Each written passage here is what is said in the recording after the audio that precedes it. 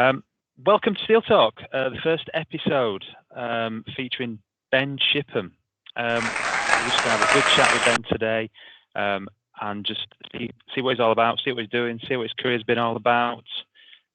Ben, welcome. Good afternoon. Good to see you. Good, yeah, good to see you. It's been a long time, hasn't it? It has. It's been a long time since we've seen each other in the flesh. Absolutely. How are you getting on down with the lockdown and working from home? Okay. Yeah, it's tough at times, but okay generally. On the road a lot of the time normally, so apart from feeling stranded in one space, it's not a million miles away from being away from the office anyway. So absolutely. So are you looking forward to getting back on the road? Or do you think this will be the new normal for you? I think it's going to be a hybrid version. I don't think I'll be doing the 30-odd thousand miles a year that I was doing. But yes, looking forward to getting out on the road. The last trip we had out was to Asda, because that's beyond our normal bubble. My daughter and I went to Asda. We had to go to the tip as well. So. All the fun. Fantastic, Ben. But let's take it right back to the beginning, because what I want to do in this series of chats that I'm having with people in the industry is to get people to know the person, not just the companies, but the person behind, the salesperson. So take me right back to your steel stockholding career.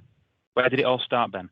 Well, to be fair, I started my steel career at Desford Tubes, part of Timken Group, manufacturing tube. So I've done full circles in an essence. A lot of the people I've dealt with in recent years were customers then. So 21 years ago, I think it is now.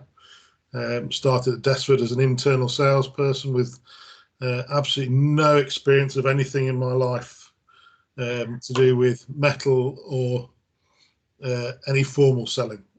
I'd done some rubbish jobs like most people before then. So I'd sold windows, sold hoovers, very little of both, to be fair. the hoover selling is interesting, Ben. How was that? How did that come about? Just looking for any job anywhere. I was actually working in a pub. The job I got working in the pub was when a new couple had gone in to run the pub, had no experience at all. So I showed them as a customer how to pour a pint. So they gave me a job. So I ended up working there. And then my now wife came in and helped in the kitchen. I had to find something else, and a job came up in Nottingham that was selling hoovers, TriStar, £1,500 for a hoover. Wow. Yeah, didn't sell many. Wow, didn't sell many at all at that price. So you went from not selling any hoovers to selling the tube and pipes. And how long did you do that for? So at Desford as an internal and senior internal, so I was there about 5 years. Okay, yeah, good. So it was a good standing, and dealt with companies in Europe, Scandinavia, and the US. So even got out to go and drink schnapps and eat crayfish in Sweden every year, which was quite good. Fantastic. I bet you enjoyed that. Oh, superb. So you did that. That was kind of your. That was your first kind of venture into the steel business, and then from there, how did you get into your current position at Langley Alloys? How did that kind of the story? A long way round. To be fair, I went and worked for a company called Parkside Steel in Mansfield. They just opened a warehouse there and wanted to open an office. So. It was a new, different challenge, completely different to what I was doing, and the plan to open a sales team and grow a sales team. The sales manager I was working for was asked to leave within a few weeks of me starting, So all the plans went out the window, and I ended up Yeah. doing everything from internal, external work, picking jobs, delivering jobs, reception, you name it. Everything was involved. It was a family-sized business, and you know, it was great. It was going from a mill where you had lead times of 4 weeks to 4 months to 6 months, to I'm walking through your door now. Can I have this? So yeah, it was a completely different aspect, but it was good. It was good grounding into understand what customers really wanted. Everyday engineers. Absolutely, and that's really the key for what you're doing now as well, isn't it? At Langley's, it's very much a reactive, supporting customers, doing things quickly on a day-to-day basis, which is a lot different to the mills. And I think if you've come from that mill background and then gone into the day-to-day, fast-paced steel stockholding, it's a different universe, isn't it? Oh, it is completely. But I use from both of those a lot of the skills from both of those though that work together, because the mill is very relationship orientated. So yes, price was important, but the relationship was more important to develop business long term. Then very short term with the Parkside. Then I had the pleasure of moving to Van Leeuwen, and the various roles within Van Leeuwen, repping all over the country. Really, we were posh gypsies moving about. Your neck of the woods for a while. My wife trained to be a nurse at Sheffield Hallam. Oh, fantastic! Great university. Yeah. So she qualified at 40 to be a nurse, which was great. The kids were starting to grow up a bit then. Yeah, I bet her last year's been incredible, hasn't it? I bet it's been so difficult. Oh, she's in nursing home as well, so it's right. It's been particularly tough. Yeah. But yeah, I mean, she's fully inoculated as well now. She's had both vaccines, or both jabs of the same vaccine, should I say. She's not being greedy. Oh, that's brilliant. Yeah, absolutely. Just one of the things I want to do when people come on here is let you kind of have the floor for a minute. 60 seconds is what I'm going to call it. 60 seconds to give an insight into your current company. A little bit of promotion for you. So, because I don't want people to go on too long. I want to get to know about Ben and stories about Ben and everything else. But it just gives you a chance just to, tell me about Langley Alloys. 60 seconds. Go. So Langley Alloys, a nice family company. We distribute all over the world our products, primarily stainlesses, duplex, super duplex, nickel alloys and copper nickels, mainly in the bar form, but we also do hollow bar, especially in 316 and duplex. And we have strong tie-ins with the mills, with our partnerships with Sandvik and Bowler.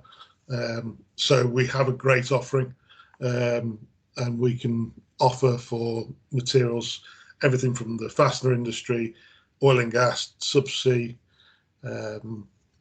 everywhere. Anything that needs a corrosive resistant material, which 3 words you know very well. I know very well. And yeah, my email address is far too long, mate. as you know. But then obviously your background coming from the mill and dealing with pipes and tubes, and then the Parker Steel side and doing the stockholding businesses, you're doing everything now on your day to day. It's all kind of coming together. Yeah. So I mean, that when I moved I was with Van Leeuwen after Parkside for 10 years, and so I travelled all over the mainland UK, covering different areas, different things. Did product management for some new products we were bringing in, which again brought some of my skills from Parkside because it was solid bar. We also I moved down south and ran sales office for a year down there with small one. Part of the business restructuring, we closed the small offices, so I ended up moving up to head office and running the sales team out of head office. So from going from 2 people reporting to me to 8 people reporting to me. New ERP systems, which is an absolute nightmare. We were used to. Been there. It was hideous. It was SAP, but it was part of the group transition, and the UK was the guinea pigs. So nothing had been proved and nothing was right. And it was an extremely painful year of that. I can imagine, and I mean, how did you manage to deal with sales at that point? Because it's difficult with a new system, isn't it? Orders don't go to plan, orders go late. You find it difficult to do your day-to-day business. Any tips for people going through that at the minute? The tip is run the system alongside your original for a while, because when you go live, very tip. Yeah, when it goes live, it goes wrong. And you're selling things that aren't there, and then next day you've got double stocks of everything, which you always sell it. You always sell it if it's not there, you sell it. It's amazing. Yeah. You can have. Langley have got 1,000 tons out there, but as everybody knows, as a stockholder, you can only sell what you haven't got. Sod's law. It's always wrong. But yeah, I mean, it was a matter of looking after the team more than anything. I spent 8 hours a day firefighting, and probably another 3 hours a day trying to do my job on top, and it was some painful times. But I had a good team around me, and I managed to pull them through. But that was a team that was spreading from 23-year-old to 67-year-old who've been with the company 37 and a half years. So absolutely different challenges for everybody, I would imagine. But like you say, you pull the team together, and that's what you need at that point, because there's no point fighting against each other. And that's where you will come out of it stronger. I mean, any kind of interesting stories. I mean, what I want to try and get people across here is that steel stockholding is not boring, because I think a lot of salespeople within the industry, when they're asked, "What do you do?" Well, I sell steel. And I don't know if you do the same. I sell steel. That's what I do. Yeah. Wow. Fantastic. Brilliant. But to be fair, I had a great one with my kids when they were younger. So of course I went from the mill making tube to stockholder with mainly bar, and then Van Leeuwen selling tube and bar. So Daddy used to sell holes. Yeah. Then Daddy sold holes and no holes. So now Daddy sells holes, no holes, or he can put a hole in a no hole. So it was just that fun that you have with the kids. Yeah, it's just simplistic form, isn't it, to let the kids know what you do on a day to day. Yeah, bit of metal means nothing to anybody. It doesn't. It's just the funnel, the next bit between your relationship with somebody. Yeah, absolutely, and it's the product eventually, because I don't know how you feel about this, but when I'm selling the product and you're making a part and you're seeing what the final product is, that's where the excitement is. That's where you can see yourself within the chain, and the business is the industry is critical to the supply chain, and the amount of things that are made out of steel and the things that we sell day to day. It's such an important industry. Yeah, I mean, I remember back at the Desford days when somebody came. I think it was one of the. It was a consultant or something like that had come on and said, in this product, it can't be used in automotive industry. And it was mild steel hollow bar, and it's not suitable. Well, the problem is with that is that everything from when you got up out of bed this morning to when you walked into this door, everything you've touched has had hollow bar involved with it somewhere along the lines, whether it was making it or actually part of it. So you can tell somebody if you want, but that's the whole of industry stopped. So it's that concept of understanding what people are really doing. And going in, one of the things I love about going and seeing customers is actually going out and seeing what they're doing, seeing how they're making things, and seeing what they're doing with your product. No, that's great. I agree with you completely. You're such an experienced salesperson, Ben. I mean, 21 years now, you mentioned. For somebody setting out in this industry, for somebody setting out in traveling sales, seeing customers, business development, what tips would you have? What tips that have helped you down the line? Biggest tip is when you're having a visit with somebody that's an important possibility, do a bit of research, make sure as well that they know what you're coming for. You turn up at a customer, they don't really know what you're there for. It's a very dead end. If there's an agenda out there to go through, then people are prepared for it, and they'll come back with answers to your questions rather than I'll find out for you and come back to you, because the chances are that won't happen. Also, make sure you know where all the local supermarkets are. Yeah, that's probably the most important tip. Where's the local Greg? Where's the Greg's? Yeah, you need your sat nav to tell you where the supermarkets are. Yeah. You know where you can stop, whether you're watering or dewatering. Yeah, Wi-Fi at McDonald's. Yes. Yeah, very useful. I found out once that you can only be there for a certain length of time. That's not a good thing to find out, because I think it's quite a while, isn't it, Ben? I think it was about an hour and a half, but I remember getting up in Hull on a winter's day, and I'd got up there and I was going into McDonald's just to grab a coffee and dry off, sort of thing. And after I'd done a couple of visits, and while I was there, the visit that I was due to have straight after had cancelled. So I thought, right, I'll get on with some visit reports and sit there and get on with a few things.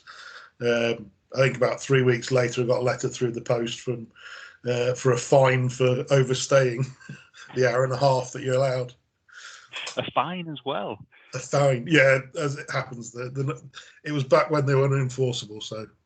No, absolutely. So you didn't have to pay. That's fantastic. So we've touched about your career. We've talked about you being in such a long time, but it might be a difficult question, this one, Ben, but what's the best order you've ever taken? Oh, the best is usually the most recent one, to be fair. Good answer.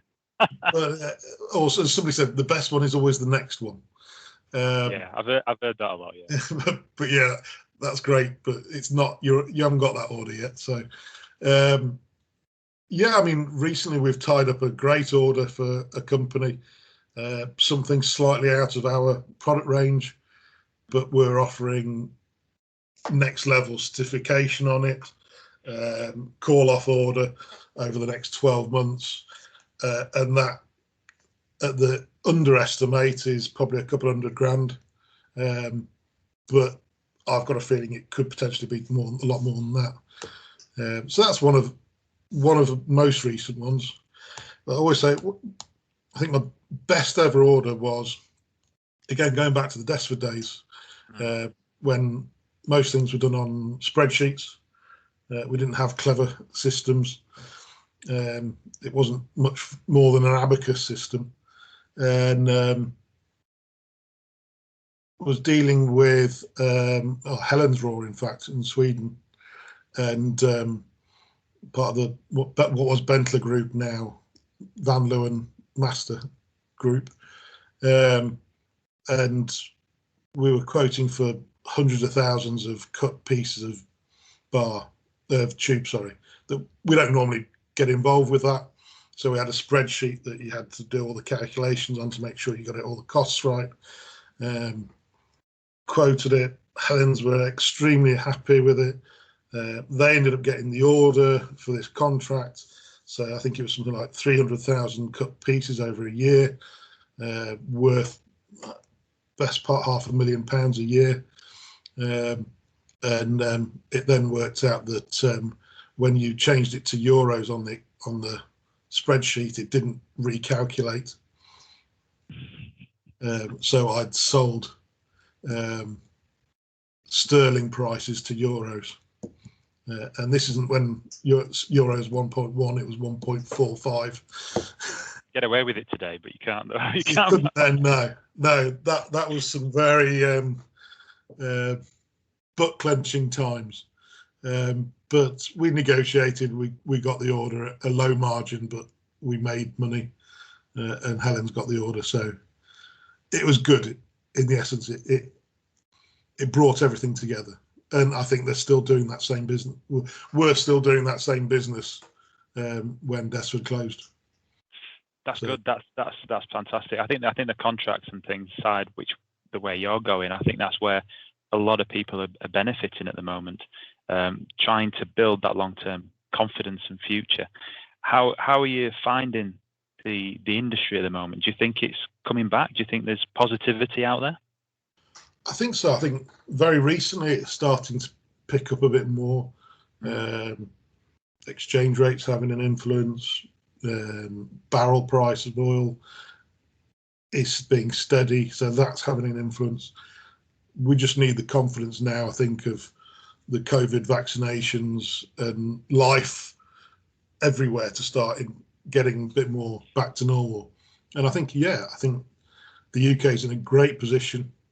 The amount of reshoring that's going on at the moment is excellent, and we've got a strong industry here in the UK. We just need more of it. Absolutely, fantastic. A little bit of positivity to finish off with. It's good. It's all good, and I think we can all get a bit of doom and gloom when we're trapped in as home offices a little bit. But the world's opening up now. And let's go out and grab it how we can. And just one final thought from yourself, Ben. Yeah. One of the things I want to ask everybody that come on is, what are you reading at the moment? What TV program are you watching? What's keeping you entertained on those lockdown nights at the moment? Well, to be fair, I've just literally started watching that 000 Good on Sky. I've watched the first episode twice now. I think I'm getting it. So I'll get on to the rest of that. But I've just, in between books of a group for Terry Pratchett. Absolutely love Terry Pratchett books. Yeah, great author. So, sorry, there's no sales mega mind books that you don't need it. You don't need it, Ben. You can write your own. Everybody needs sales. The one thing in sales that's always standard is you are always learning. You've got to keep learning your technique, the styles. I mean, as you hear of many people when talking about sales, if you're an athlete, you're not at the top of your game by learning it for 10 years and then stopping. You've got to keep going out there training and doing it every single day. And if you don't do that, then you do lose your knack, and you have to gain it back. You have to train harder to get there. And the world changes, so technique change, styles change. But the key is understanding people. And we'll leave it there. In a nutshell.